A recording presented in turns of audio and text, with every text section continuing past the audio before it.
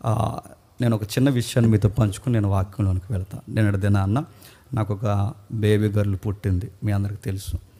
ఆ, అమ్మాయి పుట్టిన తర్వాత నేను వెళ్ళాను. ఎప్పుడూ నాకు డెలివరీ టైంలో హాస్పిటల్ వాతావరణం నాకు నచ్చదు, అక్కడ ఉండను, నాకు ఇష్టం ఉండదు.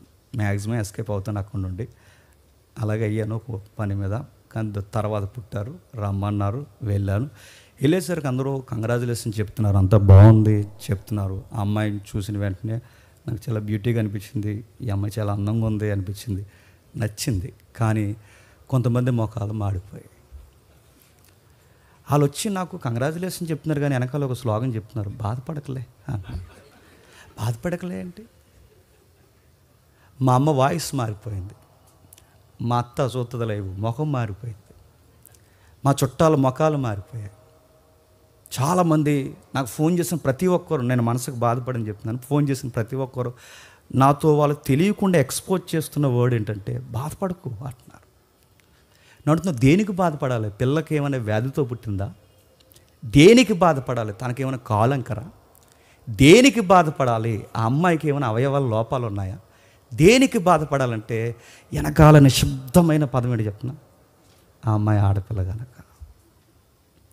నాకు బాధాకరమైన మరొక విషయం ఏంటి చెప్పిన, ఆడపిల్ల కొరకు ఆడోలే ఇలా మాట్లాడడం ఇంకా వింతగా అనిపించింది నాకు. పోనీ జెండర్ ఫీలింగ్ ఉండి మగాళ్ళు లేదో అన్నారు అనుకుంటే, ఆడవారు పుట్టకూడదని కోరుకుంటే, నేను అడుగుతున్న సమాజం ఈ అప్డేట్ యుగంలో ఎంత వెనక్కుందో ఒకసారి మీరు చూడండి. మనం ఒకటే ఫిక్స్ అయిపోండి, మెంటల్గా చెప్తున్నాను. మనం బయటోళ్ళం అనుకోండి లెగసీని కోరుకుందాం, మన బయటోళ్ళు అనుకోండి వారసత్వాన్ని కోరుకుందాం. మన బయట వారం కాదు, దేవుని రాజ్య సంబంధం. మనకి జెండర్ ఫీలింగ్ ఏంటి? స్త్రీ పురుషుడని ఈ ఫీలింగ్ మనకు ఎందుకు వస్తున్నాయి? ఇలాంటి ఫీలింగ్స్ అన్నీ మనసులో పెట్టుకుని నేను అడుగుతున్నాను. ఏమీ తెలియనట్టు ఏమని చెప్తున్నారు చెప్పండి? హ్యాపీ మదర్స్ డే అంటున్నారు. నడుతాను హ్యాపీ మదర్స్ డే అంటే నడుతున్నాను, నువ్వు మగాడిగా పుట్టేసిన మగాళ్ళని అందరూ నడుతున్నావు. ఒకవేళ నువ్వు ఆడదానం అయితే ఇంత హ్యాపీగా నువ్వు శుభాకాంక్షలు చెప్పగలవా? చాలామంది మీరు చూడండి, బైబిల్ అలా చదువుతూ వెళ్ళిపోతున్నప్పుడు దేవుని స్వరూపమందు దేవుడు ఆదామును చేసినని మనం చదువుతాం. ఎవరి స్వరూపమందు? దేవుని స్వరూపమందు ఆదామును చేసినని చదువుతాం. కానీ ఎంతకో ఎక్కడో నేర లుక్ ఏంటి చెప్పిన, దేవుని స్వరూపమందు ఆదామునే కాదు చెప్పండి, అవ్వమును కూడా చేశాడు.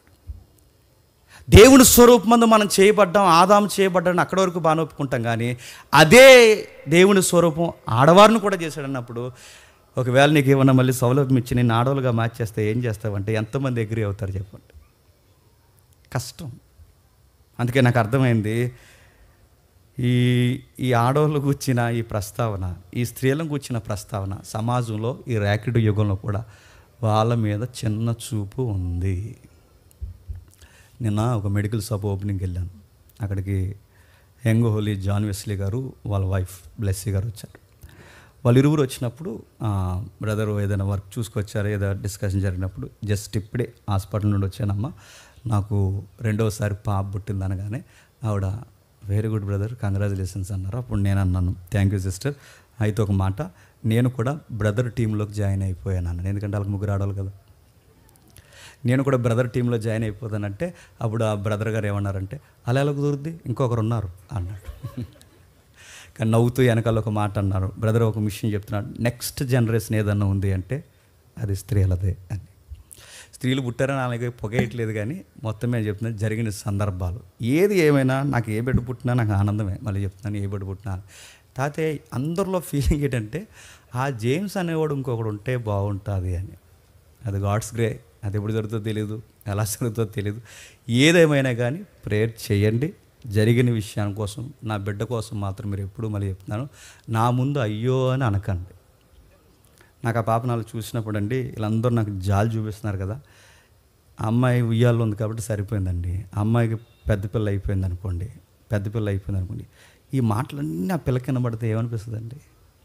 ఇప్పుడు ఆ పాప ఉయ్యాల్లో ఉంది, నన్ను ఇంతమంది సొసైటీలో ఇష్టపడలేదా నేను పుట్టినందుకు అనుకుంటే ఆ చిన్న హృదయం ఏమనుకుంటే చెప్పండి.